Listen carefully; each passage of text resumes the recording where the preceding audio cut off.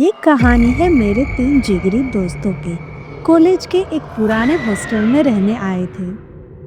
Scene ये था कि हॉस्टल के बगल में एक पुराना शमशान घाट था। यार, वो तो सालों पहले बंद हो गया था, पर अब तो वहाँ एक मस्त सा पार्क बना हुआ है।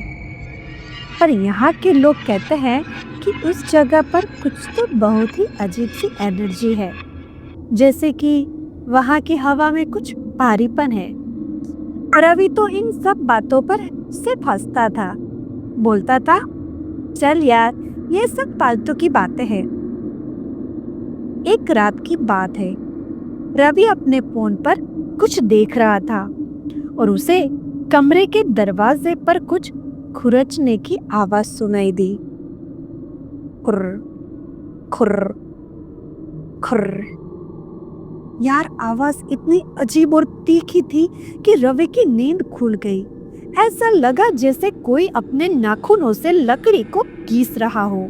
उसने डरते डरते दरवाजा खोला, पर बाहर कोई नहीं था। उसने सोचा, छोड़ यार, कोई चूहा होगा, और वापस सोने की कोशिश की। लेकिन सुबह जब उठा तो उसने देखा कि उसके गले पर एक गहरा नीला निशान था, बिल्कुल ऐसा जैसे किसी ने जोर से उसका गला दबाया हो। उसे समझ ही नहीं आया कि ये कैसे हुआ, क्योंकि रात में उसे कोई बुरा सपना भी नहीं आया था।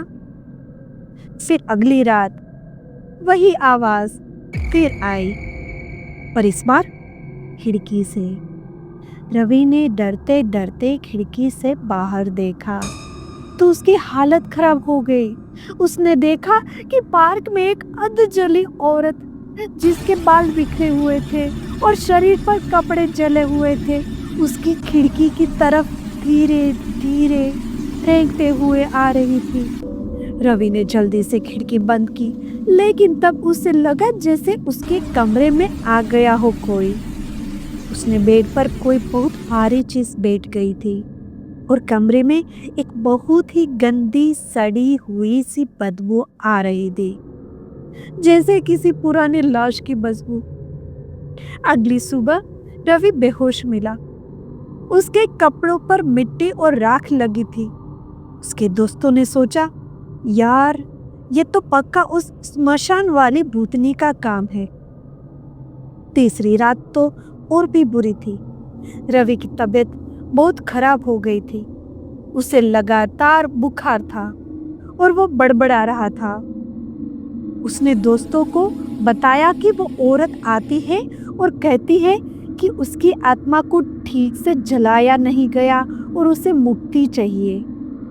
अमित और विशाल ने सोचा, अब तो हम तीनों एक साथ सोएंगे, चाहे जो भी हो। आधी रात को कमरे का टेम्परेचर अचानक से इतना गिर गया कि उनकी सांसें भी जमने लगी और वही सड़ी हुई बदबू फिर से आ गई। तभी खिड़की से एक काली परछाई अंदर आई और धीरे धीरे एक भयानक जली हुई औरत में बदल गई। उसका आधा चेहरा जला हुआ था और आंखें एकदम लाल थी, एकदम हॉरर मूवी वाला सीन। जब वो रवि की तरफ बढ़ी तो अमित ने हिम्मत करके पूछा, कौन हो तुम और मेरे देश को क्यों तंग कर रही हो?